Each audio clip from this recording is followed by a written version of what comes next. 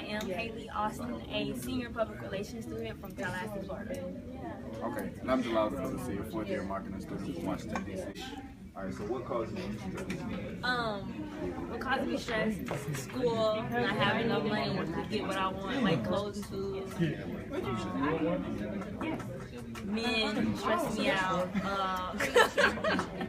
And grades, pretty much. That's all. Okay, so what are some ways, what are some techniques you use to effectively manage it?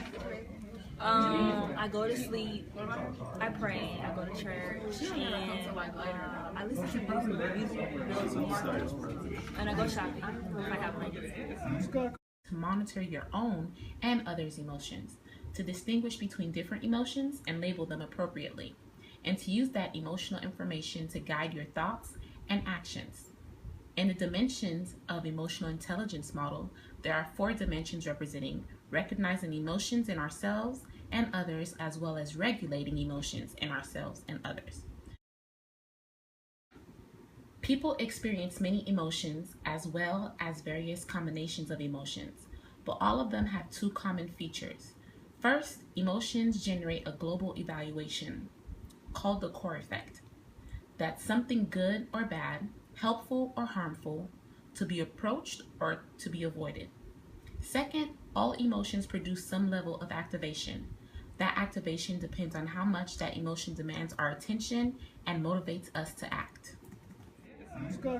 How do you think your attitude affects your behavior? You need your phone. My attitude affects my behavior. Negatively, because I was soaking in. If I'm stressed, I was soaking in. I would tell everybody, my friends, everything. Never like it. I know it's something that's so stupid and so small, but I soak in it. And I stress over it until I feel like it gets better. That's the only way I'm gonna get into it. Thank you for your time. Attitudes represent a cluster of beliefs, assessed feelings, and behavioral intentions toward a person, object, or event. Beliefs are perceived facts from past experiences and other forms of learning. Feelings are a result of your beliefs. You either like or dislike something based on your belief about it. This is the feeling.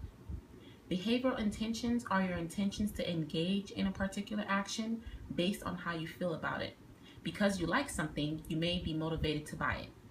Greetings, my name is Joseph Morrison, a business administration student from Orlando, Florida. And I'm Samari Coleman, a business administration student from Sanford, Florida.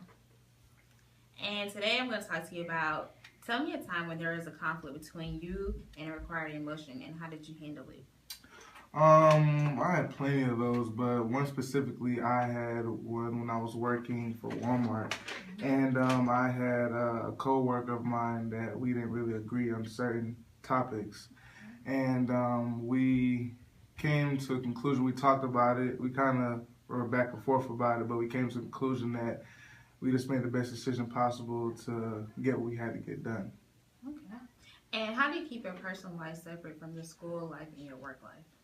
My personal life, I'm a pretty mellow guy, so, I don't really, do all that crazy stuff. But I try to keep it separate as possible, because when you're in the work environment, you don't want to have that conflict with your job and your personal life, because it can affect your performance and also can affect the company. That's true. Thank you. Thank you. If people are satisfied with the work they are doing, it feels less like work, thus motivating a more positive attitude and higher levels of passion. Job satisfaction is the best viewed as a collection of attitudes about different aspects of the job and work context. Individuals who are committed to their job will likely be more willing to work longer hours or take on additional responsibilities without an increase in pay. Stress is defined in terms of how it impacts physical and psychological health. It includes mental, physical, and emotional strain. Stress occurs when a demand exceeds an individual's coping ability and disrupts his or her psychological equilibrium.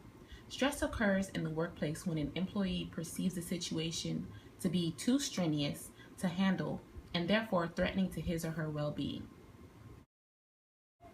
Psychological harassment includes repeated and hostile or unwanted conduct, verbal comments, actions, and gestures that affect an employee's dignity, or psychological or physical integrity and that result in a harmful work environment for the employee.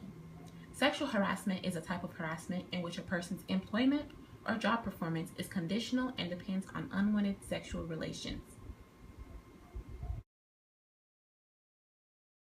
Flexible and limited work time is an important way to improve work-life balance by limiting the number of hours that employees are expected to work and giving them flexibility in scheduling those hours.